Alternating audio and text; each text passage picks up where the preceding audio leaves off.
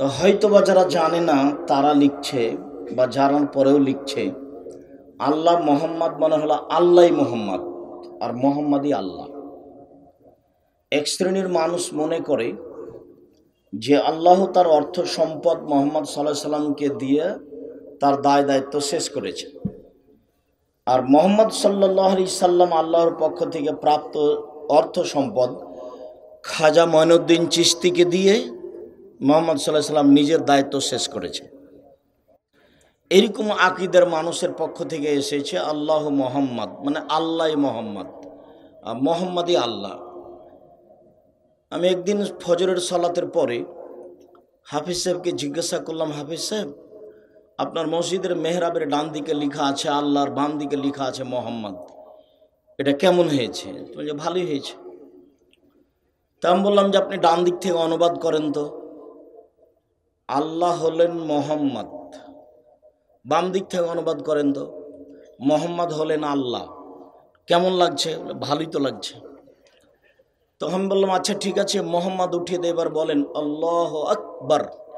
ডান দিকে হলো আল্লাহ আর বাম দিকে হলো আকবার, এবার অর্থ কেমন হবে? আল্লাহ হলেন সবচেয়ে বড়, যদি লিখতেই হয় তাহলে এভাবে লিখতে হবে আল্লাহ আকবার। আর যদি আল্লাহ মোহাম্মদ লেখা থাকে তাহলে ভ্রান্ত আকিদার মানুষ যারা, তাদের এটা হিসাব। আকিদা মানে বিশ্বাসের ত্রুটি, আকিদা মানে আকদ বন্ধন, বিশ্বাস, বিশ্বাসের ত্রুটি। বিশ্বাস একটা জিনিস, মানুষ বিশ্বাসের উপরে চলে।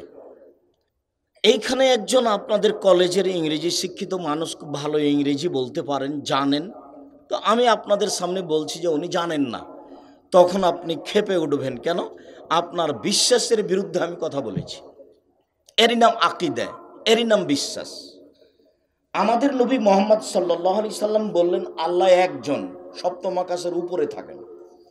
তখন তার আত্মীয় স্বজন, চাচা চাচি, খালা ফুফু যারা আশেপাশে ছিল সবাই বলল ছি ছি ছি ছি ছি ছি, এ কি মানুষ, এ কোন কথা? এতগুলি মাহবুদকে একজন করে দিল, হাদা শাইউন উজাব, এটা হলো বিরাট আশ্চর্য। ওদের মাহবুদ হলো 360 জন।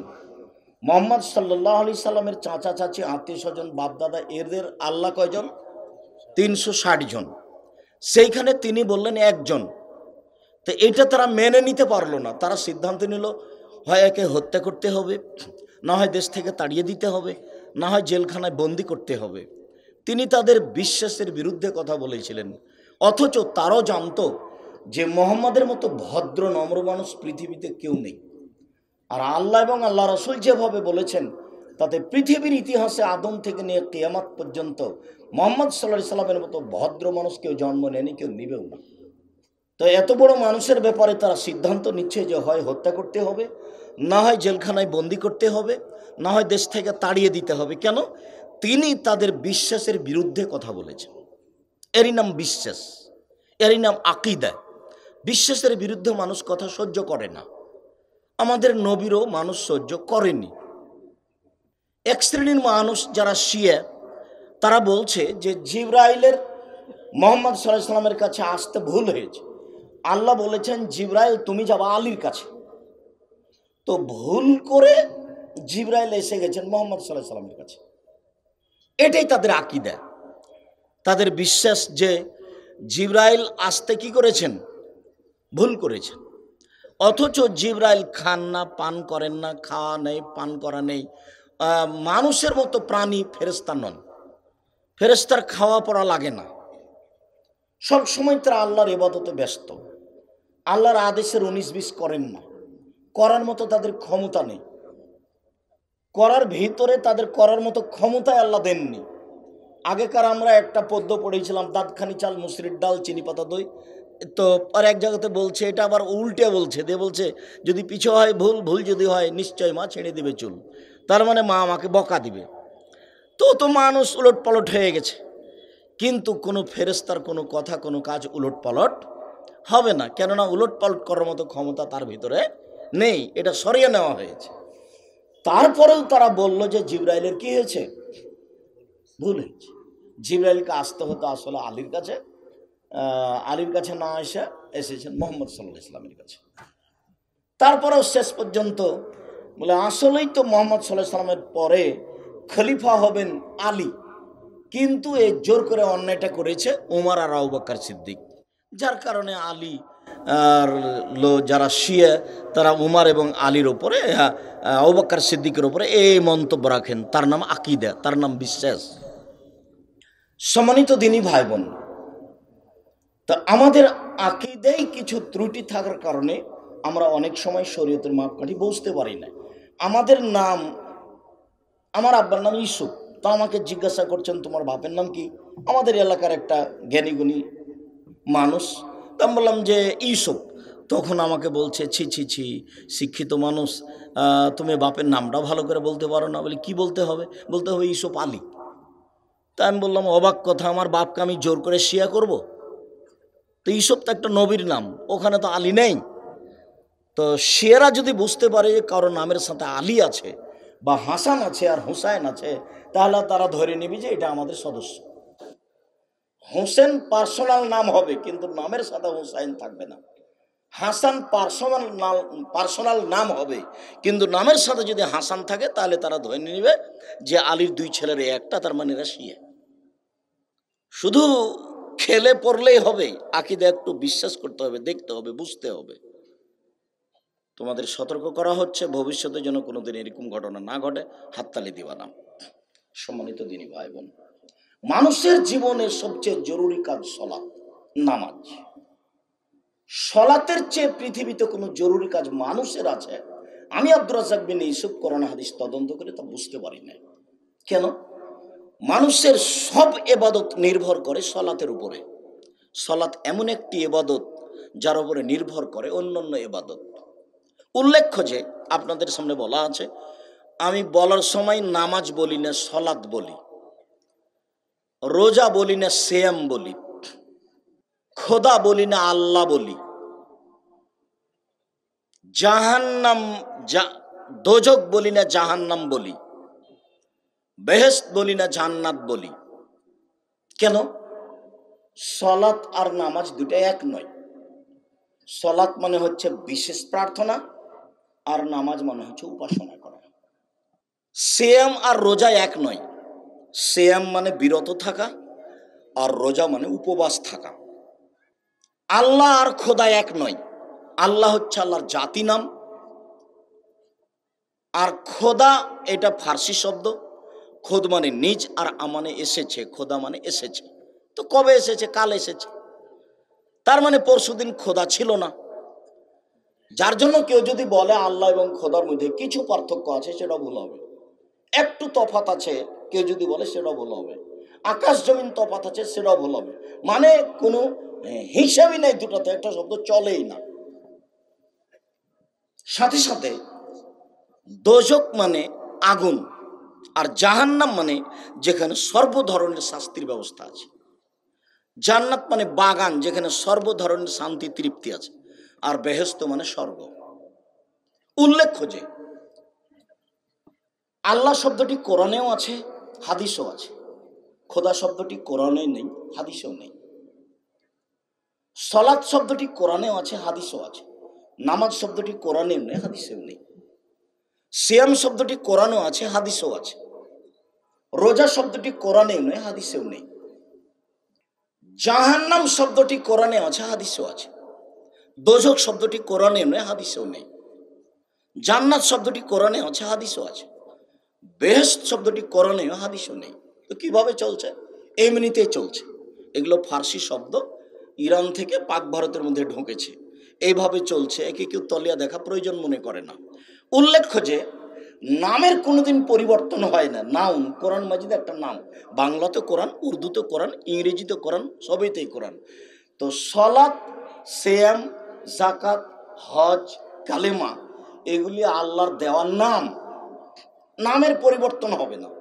জাহান্নাম আল্লাহর দেওয়ার নাম, জান্নাত আল্লাহর দেওয়ার নাম, আল্লাহ আল্লাহর দেওয়ার নাম। এগুলি পরিবর্তনের কোনো সুযোগ নাই। নাউনের নামের পরিবর্তন হয় না। মর্মে সম্মানিত দিনী ভাই বোন, আমি আপনাদের সামনে সলাত শব্দ ব্যবহার করার চেষ্টা করব, নামাজ নয়। আবারও উল্লেখ করছি যে চলাচল বন্ধ করে যারা যাচ্ছেন রাস্তাঘাটে বুঝতে না পারে, তাদেরকে আমরা ফিরে আসার জন্য অনুরোধ জানাচ্ছি। আমরা আপনাদের সামনে কিছু গুরুত্বপূর্ণ কথা বলবো ইনশাআল্লাহ, যা আপনাদের অনেক উপকারে আসবে। সাথে সাথে আপনাকে আমি এটাও বলে জানাচ্ছি যে আমার জীবনে আমি কোনোদিন অপ্রয়োজনীয় বাক্য বলিনি। দীর্ঘ 31 বছরে আমি কোনোদিন অপ্রয়োজনীয় বাক্য জাতির সামনে বলিনি। দীর্ঘ 31 বছরে আমি কোনোদিন কেচ্ছা কাহিনী বলিনি। দীর্ঘ 31 বছরে আমি কোনোদিন কাউকে নিন্দা করে, কোনো দল মাঝাবকে নিন্দা করে আমি কথা বলিনি। দীর্ঘ 31 বছরে আমি কোনোদিন সরকার বিরোধী বক্তব্য দিতে যাইনি। দীর্ঘ 31 বছরে আমি কোনোদিন মানুষের কাছে পথ খরচ পাতেও চাইনি। কেউ যদি প্রমাণ করে দিতে পারে যে আব্দুর রাজ্জাক সাহেব একদিন আমার কাছে পথ খরচ পাথেও চেয়েছিল, তাহলে জিন্দেগিতে জীবনে আর কোনোদিন আমি বক্তব্য দেব না। এটা আমার শতদিনের বলা।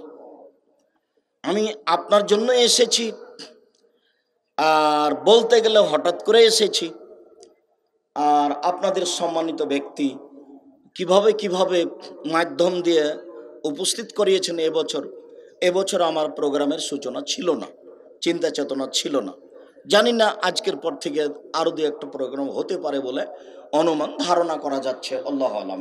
সম্মানিত দিনী ভাই বোন, মর্মে আপনারা যে যেখানে আছেন আপনাদের কথাবার্তা বন্ধ করে, চলাচল বন্ধ করে, গতি বন্ধ করে, ক্রয় বিক্রয় লেনদেন বন্ধ করে গুরুত্বপূর্ণ আলোচনা শুনবেন বলে আশাবাদী। মূল্যায়ন করার চেষ্টা করবেন। হঠাৎ একদিন দেখছি এখন বয়স 40, হঠাৎ দেখবেন একদিন 60, হঠাৎ দেখবেন একদিন সময় শেষ হয়ে গেছে। যেহেতু আশা হয়েছে কাজে যেতে হবে, যেহেতু যেতে হবে কাজে যাওয়ার জন্য প্রস্তুত থাকা দরকার। এবাদতের জগতের সবচেয়ে দামি এবাদত হলো সলাত। এমন এবাদত যে সব এবাদত নির্ভর করে সলাতের উপরে। হ্যাঁ, এ কথাই ঠিক যে সবচেয়ে দামি এবাদত রোজা, সিয়াম। কিন্তু সলাত যদি না থাকে তাহলে আল্লাহ সিয়াম, রোজা এবাদতটা কি করবেন? কেটে দিবেন। বড় এবাদত হজ। হজ কবুল হয়ে গেলে লোকটা হয়ে যায় সেদিনের মতো যেদিন তার মাতাকে জন্ম দিয়েছে, নিষ্পাপ হয়ে যায়। এরপরেও যদি সলাত না থাকে তাহলে হজের ইবাদত আল্লাহ কেটে দিবেন, এ নেকি আল্লাহ দিবেন না। এক ফোঁটা চোখের পানি আল্লাহর কাছে অনেক প্রিয়। রাসূল সাল্লাল্লাহু আলাইহি সাল্লাম বলেন, লা ইয়ালিজার রাজুলুন নারা বাকা মিন খাশিয়াতিল্লাহ হাত্তা ইয়ালিজাল লাবানু ফি দারই। গাভীর বান থেকে দুধ বের করে ভিতরে ঢোকানো যায় না, যেমন আল্লাহর ভয়ে কাঁদে যে তার জাহান্নামে যাওয়া অসম্ভব, তেমন আল্লাহর ভয়ে কাঁদলে তার জাহান্নামে যাওয়া অসম্ভব। ঠিক গাভীর বান ওলান থেকে দুধ বের করে চাপ দিয়ে আবার ভিতরে ঢোকানো যেমন অসম্ভব। এ কথা আমি বলিনি, এ কথা মুহাম্মদ সাল্লাল্লাহু আলাইহি সাল্লাম বলেছে। তার মানে আল্লাহর কাছে কান্নাকাটি করা অনেক বড় ইবাদত। তাসবিহ তাহলিল জিকির আজকার করা আল্লাহর কাছে অনেক বড় ইবাদত। এরপরেও যদি সলাত না থাকে তাহলে সব ইবাদত আল্লাহ কেটে দিবেন। পৃথিবীতে দ্বিতীয় গুরুত্বপূর্ণ ইবাদত হচ্ছে হালাল রুজি। যদিও এক পর্যায়ে হালাল রুজি আগে সলাতের চেয়ে। কেন? সলাত না হলে কিছুই হয় না। এবার হালাল রুজি না হলে সলাতও হয় না। হালাল রুজি নেই তো সলাতও নেই। এ কথা আমি বলিনি, এ কথা মুহাম্মদ সাল্লাল্লাহু আলাইহি সাল্লাম বলেছেন। অতীব গুরুত্বপূর্ণ কথা, এক খেয়ালে চেয়ে থাকবেন। আল্লাহ তাআলা বলেন, ইয়া আইয়ুহান নাস কুলু মিম্মা ফিল আরদি হালালান তাইয়্যিবা। পৃথিবীর মানুষ, আমি যা পৃথিবী হতে উপার্জন করি, উৎপাদন করি, তার হালালটা তোমরা খাও। তাহলে হারামও উৎপাদন হয়। হালাল খেতে হবে, এটা আল্লাহর আদেশ, এটা সাধারণ জনগণকে আদেশ। এইবার মোমেন পুরুষ নারীকে আদেশ, ইয়া আইয়ুহাল্লাযীনা আমানু কুলু মিম্মা ফিল আরদি হালালান তাইয়্যিবা। হে পৃথিবীর মানুষ, যারা তোমরা বিশ্বাস করো আল্লাহকে, যারা তোমরা বিশ্বাস করো পরকালকে, তোমরা হালাল রুজি খাও। আগের আদেশ সাধারণ জনগণ, হিন্দু, মুসলমান, বৌদ্ধ, খ্রিস্টান সবাকেই আল্লাহ হালাল রুজি খেতে আদেশ করলেন। পরের আয়াতে আল্লাহ পৃথিবীর সকল মোমেন পুরুষ নারীকে হালাল রুজি খেতে বললেন। এবার নবী রাসূল ইয়া আইয়ুহার রাসূল কুলু মিম্মা ফিল আরদি হালালান তাইয়্যিবা। হে পৃথিবীর নবী রাসূলগণ, আপনারা হালাল রুজি খান, আমল সালেহা আর সৎ আমল করুন। এইখানে নবীগণের সাথে আর একটা বাক্য লাগিয়ে দেওয়া হয়েছে, সৎ আমল। সব আমল কিন্তু সৎ নয়, আমল কিন্তু সৎ নয়। সিরাজগঞ্জ থেকে গাড়ি যখন ছুটলো তখন ড্রাইভার বারবার বলছে কন্ট্রাক্টরকে যে কবর পেলে 10টা টাকা দাও, কবর পেলে 10টা টাকা দাও, মাজারে 10টা টাকা দাও। তো এইটা একটা আমল, তবে এটা সৎ আমল নয়। ওই যে মসজিদে টাকা চাচ্ছে, ওখানে 10টা টাকা দাও, এটাও আমল, ওইটা সৎ আমল। কবরেও টাকা দিল, এটাও আমল, মসজিদে টাকা দিল, এটা আমল। বলেন তো সৎ আমল কোনটা? আল্লাহ তাআলা নবী রাসূলকে বলছেন আপনারা হালাল রুজি খান আর সৎ আমল করেন। মানে নবী রাসূলের যদি আমল সৎ না হয় তাহলে তা বাতিল হবে। মাগরিবের পরে 2 রাকাত সুন্নাত পড়তে হবে। মানুষ যদি 12 রাকাত সুন্নাত পড়ে তাহলে প্রত্যেক 12 সমান তার জন্য জান্নাতে ঘর নির্মাণ করা হবে। জোহরের আগে 4, পরে 2, মাগরিবের পরে 2, এশার পরে 2, ফজরের আগে 2, এই 12 রাকাত যদি সুন্নাত মানুষ পড়ে তাহলে তার জন্য জান্নাতে ঘর বানানো হবে। তাহলে মাগরিবের 2 রাকাত থাকলো। এখন একটা হাদিসে এসেছে, জাল হাদিস মানুষের বানানো, যে কেউ যদি মাগরিবের পরে 6 রাকাত সুন্নাত পড়ে তাহলে তাকে 12 বছর ইবাদতের নেকি দেওয়া হবে। এ হাদিস জাল। এটা আমল যদি কেউ করে তাহলে সেটা সৎ নয়, সেটা হলো অসৎ আমল। যেই আমল কোরআন এবং সহিহ হাদিস দ্বারা প্রমাণিত নয় সেটা হলো অসৎ আমল। আল্লাহ তাআলা নবী রাসূলকে বলেন যে হালাল রুজি খান আর সৎ আমল করেন। প্রত্যেক যে আমল রাসূলের সাথে মিল খাবে না। যেমন আপনারা দান করলেন, আমাকে বলতে হবে আল্লাহুম্মা সাল্লি আলাইহি, আল্লাহ আপনার প্রতি দয়া করুক। আল্লাহুম্মা বারিক আলাইহি, আল্লাহ আপনার টাকা পয়সাকে বেশি করে দেখ। এটা আল্লাহ রাসূলের মুখের শব্দ। এখন আপনি যখন টাকা দিলেন তখন আমি বললাম মারহাবা, কি যে বললাম, ধুলায় অন্ধকার ওকে ঠেলে জান্নাতে দিয়ে দিল। এটা অসৎ আমল। 31 বছর থেকে বলছি, এরকম কথা কোনোদিন প্রমাণ হয়ে গেলে জাতির সামনে কথা বলবো না, নতুন কথা নয়। কোরআন মাজিদের গায়ে লেখা আছে কোরআন শরীফ। কোরআন শরীফ যদি কোনোদিন প্রমাণ হয়ে যায় কোরআন মাজিদ ছাড়া, কোরআন হাকিম ছাড়া, কোরআন কারিম ছাড়া কোনোদিন শরীফ প্রমাণ হয়ে গেলে আমি আব্দুর রাজ্জাক বিন ইউসুফ আর জাতির সামনে কোনোদিন আসবো না। এটা হাজারো দিনের কথা। কোরআন মাজিদের অপর পৃষ্ঠে একটা লম্বা দোয়া আছে, 1 পৃষ্ঠে, যে কোরআন খতম করলে পড়তে হবে। হেডলাইনে লেখা আছে খাতম দোয়াই, খাতম দোয়া খাতমিল কোরআন, কোরআন খতমের দোয়া।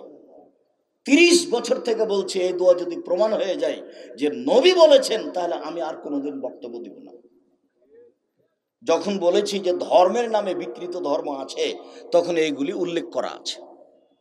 কত নিবেন আপনি ধর্মের নামে বিকৃত ধর্ম, ধর্মের নামে হাদিস। আগে যারা ম্যাট্রিক পরীক্ষা দিত তাদেরকে 40টা হাদিস মুখস্থ করতে হতো। তার একটা ছিল হব্বুল ওয়াতান মিলাল ঈমান, দেশকে ভালোবাসে ঈমানের অঙ্গ। কিয়ামত পর্যন্ত সময় থাকলো পৃথিবীর কোনো মানুষ একে হাদিস প্রমাণ করতে পারবে না। তখন একটা এ হাদিস ছিল ওতুল বলে ইলম ওয়ালাউ কানা বিসসিন, শিক্ষার জন্য যদি চীন যেতে হয় তবুও যাও। এটা হাদিস নয়, এটা মানুষের বানানো কথা। কোনো দিন এটা হাদিস বলে প্রমাণ হবে না। 2-3 বইয়ে লেখা আছে যে মুহাম্মদ সাল্লাল্লাহু আলাইহি সাল্লাম ঈদের মাঠে গেলেন, দেখলেন একটা ছেলে কাঁদছে। ছেলেটাকে জিজ্ঞাসা করলেন তুমি কেন কাঁদছো? ছেলেটি বলল আমি এতিম। আল্লাহ রাসূল তাকে কোলে নিলেন, আয়েশার কোলে দিলেন, আয়েশা নতুন পোশাক পরালেন। ছেলেটি খুশি হয়ে গেল, একবারে নগদ মিথ্যে কথা। রাসূল সাল্লাল্লাহু আলাইহি সাল্লামের বাড়িতে ফকিরে ভিক্ষা পায় না, তার একাধিক বুখারী মুসলিমের হাদিস। আর নতুন পোশাক দিয়ে দিল বললেই হবে? আমার কাছে উপস্থিত 3টা বুখারীর হাদিস আছে, বুখারী, মুসলিম, আবু দাউদ, নাসাই, তিরমিজি, ইবনে মাজাহ, বাইহাকি, দারমি, দাইলামি, দারিকুতনি, মুসনাদ সাহিবা, সহিহ ইবনে হিব্বান, সহিহ ইবনে আওয়ানা, মুসনাদ হাকিম, মুসনাদ বাজার, মুসনাদ ইয়ালা, পৃথিবীতে যত হাদিস গ্রন্থ আছে সব গ্রন্থই আছে। তার একটা আপনাকে শোনাই। বুখারী মুসলিমের এক হাদিস, আল্লাহ রাসূল একটা মেহমান বাড়িতে পাঠালেন, স্ত্রীগণ মেহমান ফিরিয়ে দিলেন এই বলে যে মা মা না ইল্লাল মা, বাড়িতে পানি ছাড়া কোনো কিছুই খাওয়ার নেই, অতএব মেহমান ফিরিয়ে দিলাম। তখন আল্লাহ রাসূল বললেন, মাই হৃদয় বাহাজার রাজুল, কে লোকটাকে মেহমান হিসেবে নিতে চাই? কামা রাজুলুন মিনাল আনসার, একজন লোক দাঁড়িয়ে বলল, জি আমি নিতে চাই। তো নিয়ে চলে গেল। এখন বাড়িতে নিয়ে গিয়ে স্ত্রীকে বলছে, আকরিমি যাইফা রাসূলিল্লাহ সাল্লাল্লাহু আলাইহি ওয়াসাল্লাম, ও আমার স্ত্রী, ইনি হচ্ছেন রাসূলের বাড়ির মেহমান গো, এনাকে সম্মান করো। তখন স্ত্রী বলছেন যে মা মা না ইল্লা কুতু সিবিয়ানি, আমার বাচ্চাদের শুধু জীবন বাঁচানোর মতো খাদ্য আছে, এছাড়া আর কিছুই নেই। ওই লোকের স্ত্রী কথা বললেন।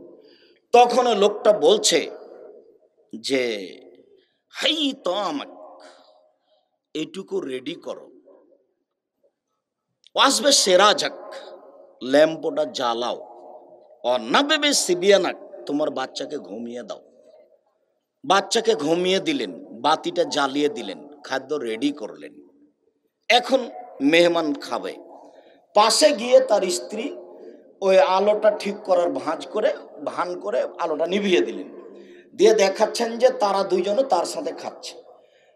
মেহমান খেলেন, সকাল হয়ে গেল, ইনি এখন রাসূলের কাছে গেলেন। রাসূল তখন বলছে, শোনো শোনো শোনো, আরে তোমাদের স্বামী স্ত্রীর কর্মে মিন ফালেকুমা, তোমাদের স্বামী স্ত্রীর কর্মে কাজ্জাহেকাল্লাহ, আল্লাহ হেসে উঠেছেন, আল্লাহ খুশি হয়েছেন, আল্লাহ হেসে উঠেছেন, আল্লাহ খুশি হয়েছেন। এই কথা রাসূল সাল্লাল্লাহু আলাইহি ওয়াসাল্লাম বললেন। এদেশে একটা বই পাওয়া যায়, তাওজিহুল কোরআন তাফসির 3 খণ্ডে, তার 28 নম্বর খণ্ডে সূরা হাসরের এক আয়াতে এই হাদিসটা দেওয়া আছে বুখারী মুসলিমের। আমার লেখার বইটা আপনাকে দিয়েছি, আপনি যদি মনে করেন যে আপনি লিখেছেন আপনি পড়েন, তাহলে আমি জাতির উপকার করতে পারবো না। সম্মানিত দিনী ভাই বোন, বলছিলাম যে ধর্মের নামে পৃথিবীতে অনেক মিথ্যা কথা আছে, তার মধ্যে ওইটা ওই যে ইব্রাহিম আলাইহিস সালাম একটা লোককে খেতে দিলেন, তো লোকটা খেতে বসে বিসমিল্লাহ বলেন না, বেশি খেয়েছে। তখন ইব্রাহিম আলাইহিস সালাম ফকিরের সামনে থেকে প্লেটটা কেড়ে নিয়ে ওকে ধাক্কা দিয়ে বের করে দিলেন। তো ইব্রাহিম আলাইহিস সালাম কি এত অভদ্র মানুষ? নাউজুবিল্লাহ মিন জালিক। লেখক নিজেই জানেন না আমি কি লিখছি। বিজ্ঞানা কোরআন বইয়ে লেখা যে সাদ্দাদের কাহিনী, সাদ্দাদের কাহিনী মুখস্থ করে আমি বলেওছি, সাদ্দাদের কাহিনী কোথায় আছে এটা খুঁজে বের করতে আমি জাতিকে 6 মাস সময় দিয়েছি। যে আছে কোথায় এটাকে প্রমাণ করতে হবে, সত্য মিথ্যা পরে। কেউ আমাকে এখন পর্যন্ত বলে না যে আব্দুর রাজ্জাক সাহেব সাদ্দাদের কাহিনী এই বইয়ে আছে। বইয়ে আছে বললে আমি তদন্ত করতে বলবো যে এটা সত্য না মিথ্যে। আর আমার তদন্ত মিথ্যে। কোনোদিন যদি সাদ্দাদের কাহিনী সত্য বলে প্রমাণ হয়ে যায়, তাহলে আর আমি জাতির সামনে কথা বলবো না, শত কথা। সম্মানিত দিনী ভাই বোন, বলছিলাম আল্লাহ তাআলা নবীগণকে আদেশ করলেন সৎ আমল করুন, তাহলে সব আমল সৎ নয়, সব আমল সৎ নয়। আসসালামু আলাইকুম। আল্লাহ রাসূল বলছেন যে হাত দুটি পৃথক হওয়ার পূর্বেই দুইজনের পাপ ক্ষমা করা হবে, এটা আল্লাহ রাসূলের মুখের ভাষা। এবার হাত দুটা পৃথক হওয়ার পরে প্রথমে বুকে মারছে, তারপরে এরকম করছে, তারপরে পায়ে চুমা দিচ্ছে, তারপরে হাঁটুতে দিচ্ছে, তারপর মাটিতে হাত রাখছে। সব নাজায়েজ হারাম, কোনো একটা অংশ প্রমাণ হবে না কিয়ামত পর্যন্ত। শুধু আমার জীবনে চ্যালেঞ্জ নয়, কিয়ামত পর্যন্ত সময়, নতুনভাবে দিন বের করার কোনো সুযোগ নেই।